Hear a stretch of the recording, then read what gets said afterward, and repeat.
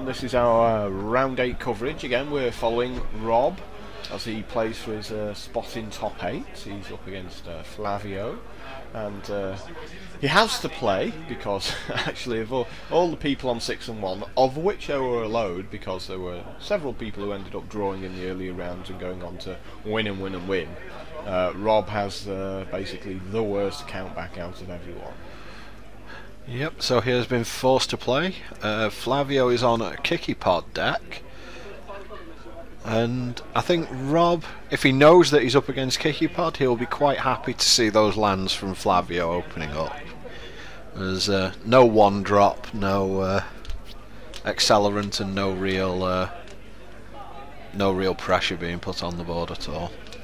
But it's not necessarily a pair of decks that are going to interact with each other all that much.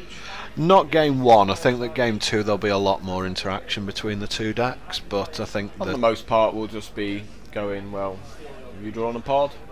Yeah. If yes, you win. If no, you don't. Pretty much. I mean, the birthing pod deck, as we've discussed, has a pretty rough time losing if it has a pod in play. I mean, Lee Holdsworth managed to do it at Liverpool, unfortunately, but that was due to the fact that his opponent had his Avon Mind Sensor, which is about the only card that stops pod. Flavio just thinking here, he is on a mulligan in this on this game, which you can probably tell by his lands that he ended up playing, because they're just about the I think they're the only 2 in his deck, and he certainly doesn't want to be laying those lands as his openers. He wants to be making Noble Hierarchs on turn 1.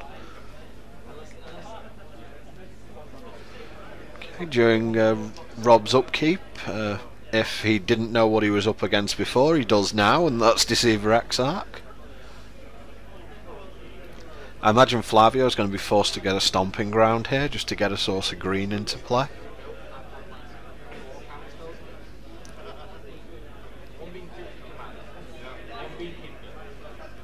Yep, there he goes. Set that death right down. He just goes for the blood crypt. So as that also does make some degree of sense. I don't think there's going to be a. I think if Rob wants to play a 3-mana spell, he's going to be able to play a 3-mana spell this turn. Because of the steam bench that's in Flavio's graveyard, Rob's still got access to that mana.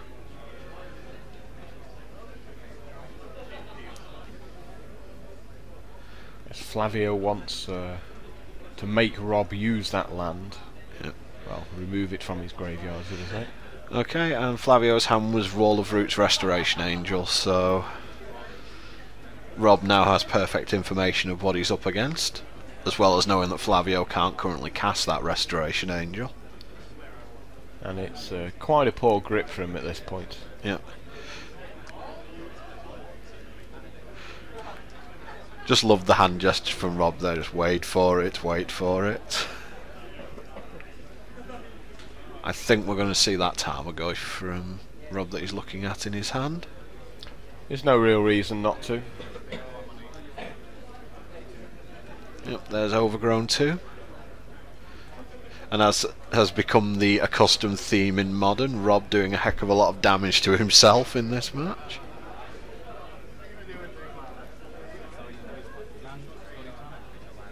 And yep, there's the Tarmogoyf. So Flavio again now under pretty big pressure.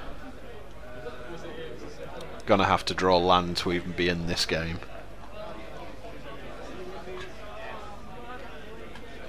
Nothing worse than wanting that land and drawing an elf, or or in this case nothing. I mean, you do always have to be aware. Another 2 damage from Rob. You do have to be aware when you're playing against the Kiki-Pod deck that it can just kill you out of nowhere without you. Oh, Falconwrath Aristocrat from Rob. That's one of his additions to this deck, isn't it? And he comes flying in, and I think that he's basically saying you're dead if you don't have anything. And Flavio didn't. And Flavio scoops them up, so onwards to game 2.